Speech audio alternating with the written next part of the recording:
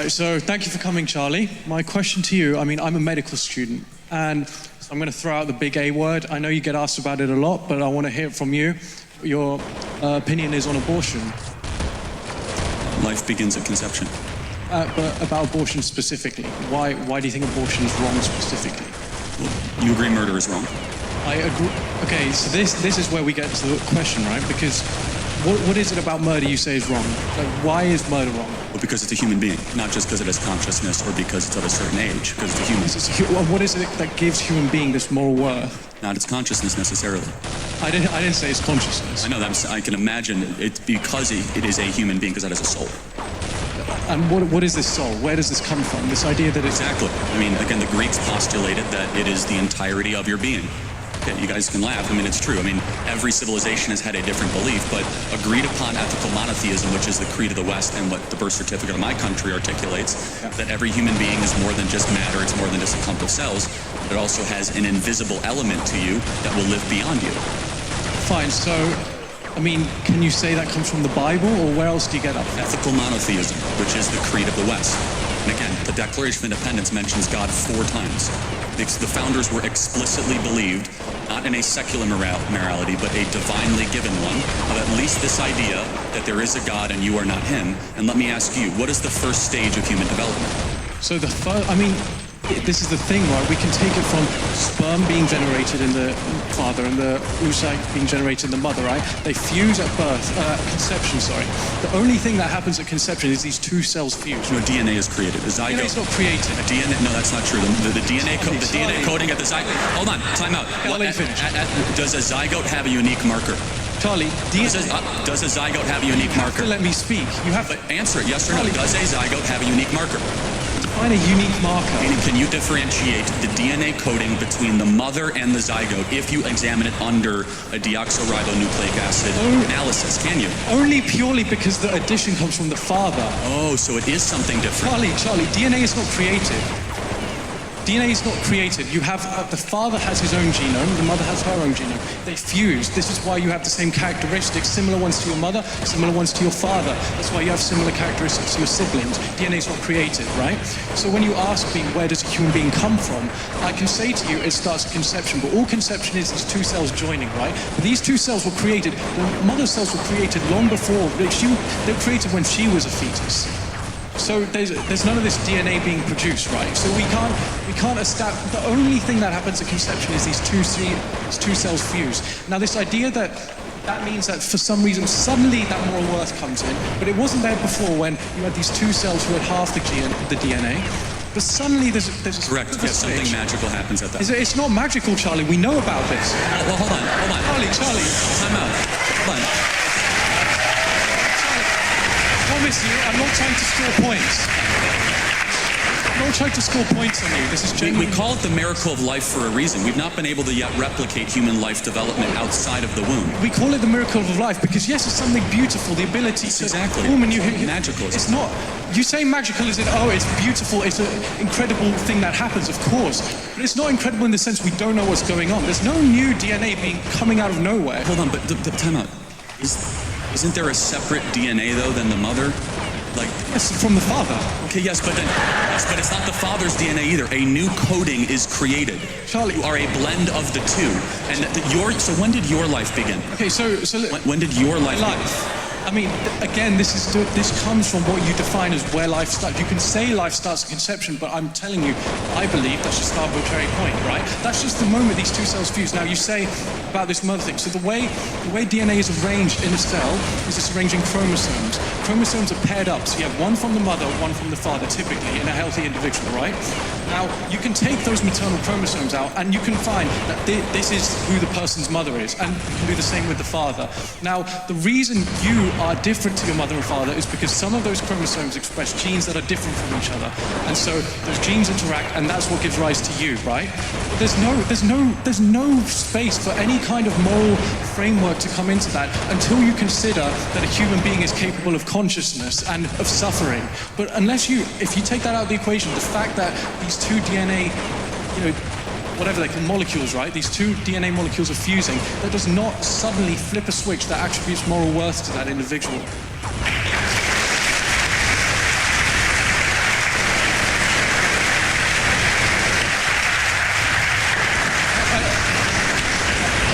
just saying, I'm not trying to score points. Then by what moral standard do you believe that? I believe that if an individual is capable of suffering, then it's wrong. Now, can I explain my opinion on abortion, just so you can understand? I would agree, as many reasonable people would, that at 9 months, it's unreasonable to expect someone to get an abortion, right? Unless you have some extreme circumstances. But for an elective abortion seems a bit radical to me. But it also seems radical to say that a woman who has just, the cells have just fused, to deny her of an abortion also seems wrong to me. Because that zygote is not capable of suffering, as far as we know. So by what moral standard? Is that just your opinion? Where did you get that moral standard from?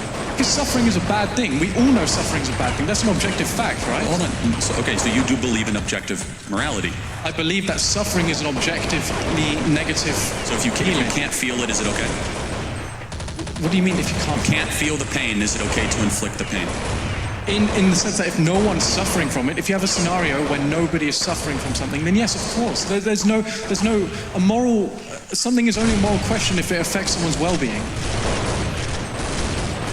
So let me just make sure I understand this correctly. That if it doesn't affect their well-being, so dementia patients that don't know who they are or where they're from, can we execute dementia patients because they're confused about their well-being? Can you imagine a scenario? Or Alzheimer's patients. Charlie. Alzheimer's patients don't really know much about anything. Can we schedule them for execution because they can't technically suffer? I'll respond. So can you imagine a scenario where we lived in a society where we killed people when they suffered from dementia, were incapable of suffering, and we killed them, right? It's not a scenario that involves an absence of suffering. There's still suffering involved. Imagine you grow up thinking, my dad could be killed at any moment because he's going to get dementia. Imagine living your life thinking, I could get dementia and suddenly I'd be killed by my state. Imagine a world where you slaughter 1 million babies every year in America. But Charlie, it's not slaughter. That's the problem. Hold on. It's a forcible removal from the umbilical cord of another human life. Again, we have clarity but not agreement. Biologically, you know that your entire coding began at conception.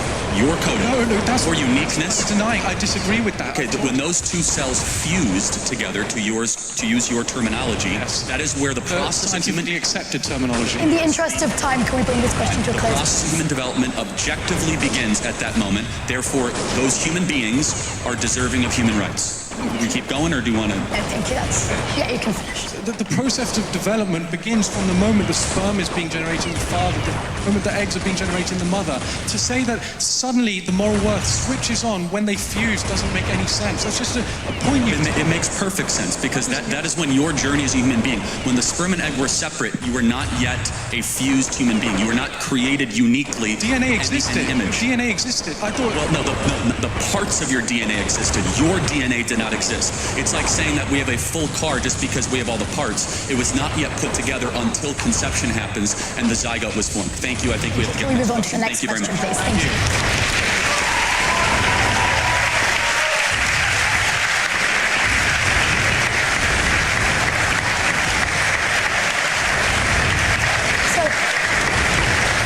Thank you. Our fourth question tonight is from Rudy Ellis-Jones from Emmanuel College.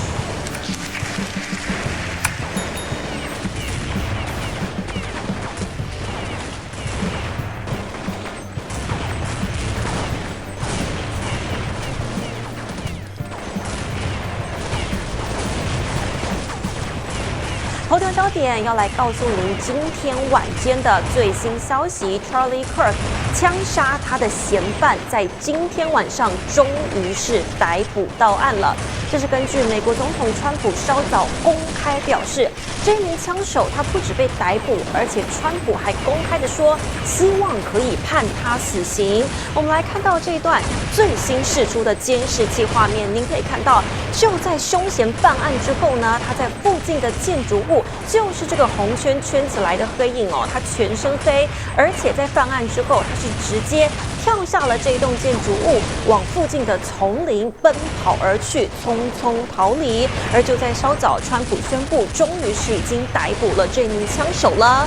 而犹他州的州长也公布会在记者会来宣布他的犯案动机哦。而透过最新释出的这2张照片，您可以看到了，这一名凶嫌呢，他在犯案当下，他穿的是黑色的 T 恤，戴着的是黑色的帽子，还有太阳眼镜。而这件 T 恤，你可以看到上面的 logo 不只是美国的国旗，而且在美国的国旗上方还有一只黑色的老鹰，这是不是也成为了破案的关键呢？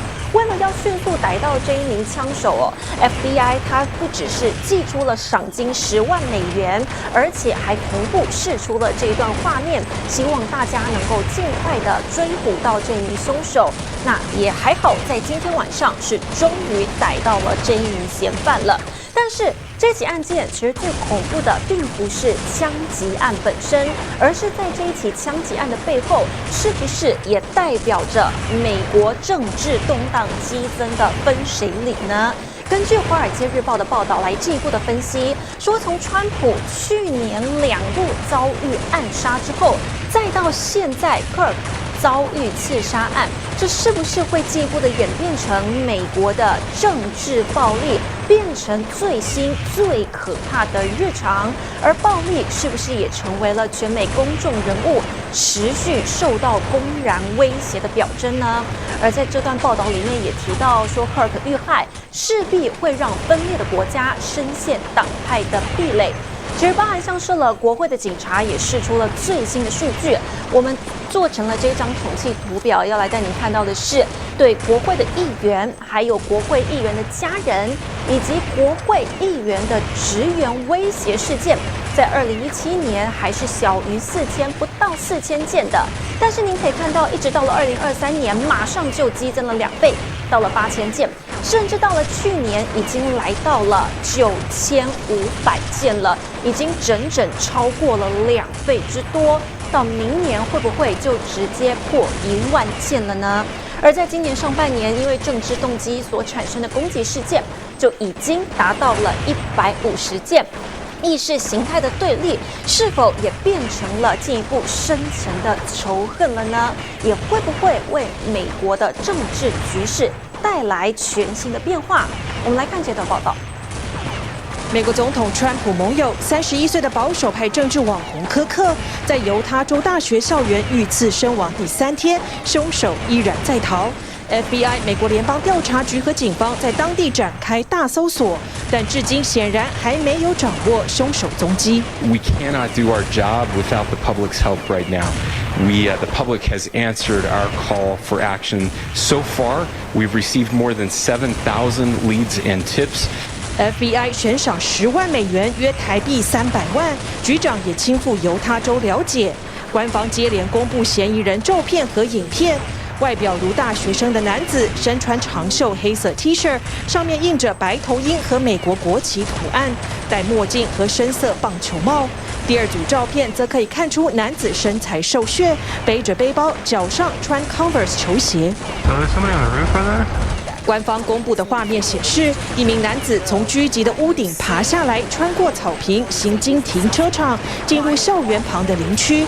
调查人员也在里面发现了作案用枪支。Is a high-powered bolt-action rifle. That rifle was recovered in a wooded area where the shooter had fled. 据了解，作案枪支和弹药上刻有跨性别和反法西斯意识形态讯息，不过凶手动机尚未公布。Do you have any indication of the shooter's motivation, sir? I have an indication, yeah, but we'll let you know about that later. 犹他州官员也透露，男子在爬下屋顶时留下了掌印和 DNA。这起震撼全美的枪击案就发生在盐湖城南边约65公里的犹他谷大学。科克主持名为“证明我错了”的户外辩论，现场有3000人。凶手在活动开始几分钟前抵达校园。Starting at 11:52 a.m., the subject arrived on campus through the stairwells, up to the roof, across the roof to a shooting location. 约30分钟后，当地时间12点20分，当科克开始回答枪支暴力问题，他颈部中枪。当时对他提问的人近距离